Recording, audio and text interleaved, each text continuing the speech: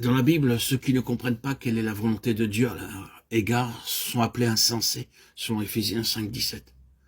En tant que croyants, notre plus grand privilège est de connaître la volonté de Dieu. Et si quelqu'un nous questionnait à ce sujet, nous pourrions répondre que notre principal désir et notre droit le plus important est de découvrir la volonté de Dieu et de l'accomplir. Notre satisfaction dépend de cela, de même que notre utilité et notre service à l'égard de Dieu.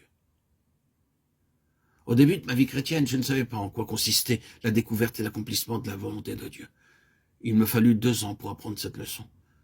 Bien que lisant la Bible chaque jour et assistant aux réunions, je disais sans trop m'interroger, « Seigneur, que ta volonté soit faite. » Étant au Canada un matin, quelqu'un me téléphona me demandant si je pouvais prendre la parole à une certaine réunion. Je lui demandai d'attendre quelques instants. Je consultai mon agenda pour voir si j'étais libre et lui répondis que je pouvais venir pour cette réunion. Dans ma chambre, un ami surprit ma conversation et me dit « Ne priez-vous pas pour prendre une décision avant d'accepter une invitation à vous rendre en quelque lieu ?» Je lui répondis « Je n'ai pas besoin de prier, je n'y vais point pour une œuvre personnelle et mon propre avantage, mais seulement pour l'œuvre de Dieu. » En me posant cette question, mon ami m'offensa et durant 2 semaines, je ne le saluais même pas le matin. Après cela, je revins à un jugement plus sain et me mis à penser « Est-ce que je sais comment trouver la volonté de Dieu ? Il se peut après tout que je ne le sache pas. » C'est ainsi que je fus humilié. Alors je me suis dit, je ne veux plus aller nulle part avant que j'apprenne à trouver la volonté de Dieu. Durant 2 semaines, j'allais au bord de la mer et je priais, Seigneur, enseigne-moi la façon de trouver ta volonté. Maintenant, je désire partager avec vous ce que le Seigneur m'a enseigné. Je désire que vous gardiez 3 choses en mémoire. L'importance de connaître la volonté de Dieu, les conditions pour trouver la volonté de Dieu et les évidences par lesquelles nous sommes assurés d'avoir découvert la volonté de Dieu. Il est très nécessaire d'apprécier à quel point il est important de connaître la volonté de Dieu afin que vous ne traitiez point cette question avec légèreté.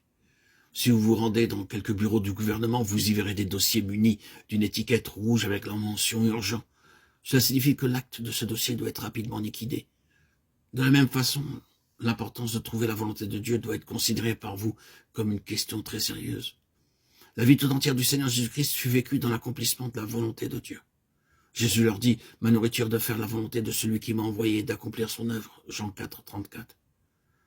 Je ne puis rien faire de moi-même selon ce que j'entends. Je juge et mon jugement est juste parce que je ne cherche pas ma volonté, mais la volonté de celui qui m'a envoyé. Jean 5, 30. Car je suis descendu du ciel pour faire non ma volonté, mais la volonté de celui qui m'a envoyé. Jean 6, 38. Celui qui m'a envoyé est avec moi. Et il ne m'a pas laissé seul parce que je fais toujours ce qui lui est agréable. Jean 8, 29. Puis, ayant fait quelques pas en avant, il se jeta sur sa face et pria ainsi. « Mon Père, s'il est possible que cette coupe s'éloigne de moi, toutefois, non pas ce que je veux, mais ce que tu veux. » Matthieu 26, 39. Il obéissait à la volonté de Dieu, mais dans les moindres détails. Aux noces de Cana, sa mère lui dit « Ils n'ont plus de vin. » Il lui répondit « Femme, mon heure n'est pas encore venue. » Cependant, quelques minutes plus tard, il accomplit le miracle et changea l'eau en vin, car alors il le fit à l'heure de la volonté de Dieu. Nous avons nous aussi le même privilège.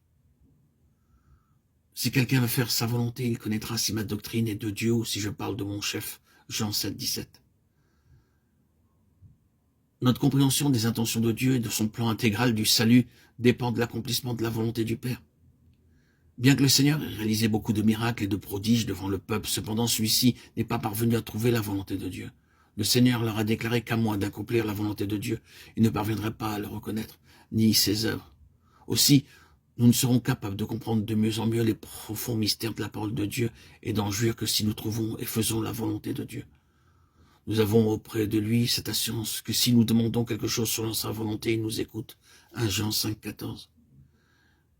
Une vie de prière efficace et fructueuse dépend de la connaissance et de l'accomplissement de la volonté de Dieu.